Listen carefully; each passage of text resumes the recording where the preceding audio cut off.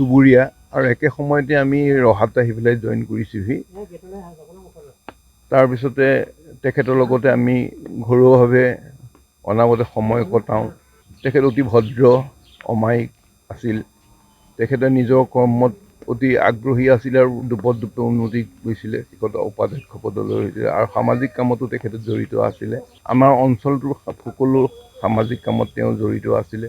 আমাৰ যুৱকসকলৰ লগত তেওঁ নিজেই যুৱক হৈ আছিল। তেওঁ স্বাস্থ্য পাতিয়ে যুৱকেই হৈ আছিলে।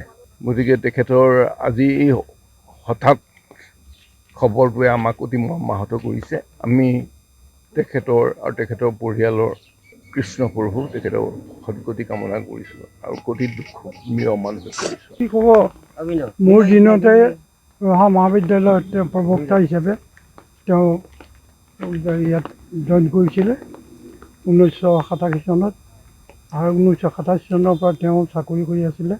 প্ৰফেচাৰৰ পৰা গৈ তেওঁ মানে হেৰি হ'ল, উপাধ্যক্ষ পদলৈ তেওঁ উন্নীত হ'ল আৰু উপাধ্যক্ষ পদলৈ তেওঁ এই চাকৰিৰ পৰা অৱসৰ গ্ৰহণ কৰিলে আৰু ইয়াৰ পিছত তেওঁ ডক্টৰ ডিগ্ৰী লাভ কৰে জিঅ'গ্ৰাফী বিষয়ত।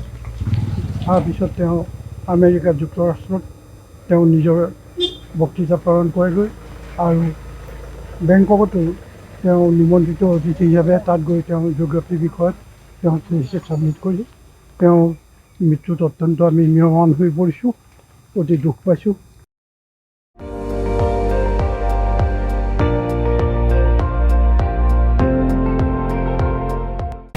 আপুনি চাই আছে ND24, সৰ্বশ্ৰেষ্ঠ নহয় সৰ্বোত্তমৰ দৌৰ।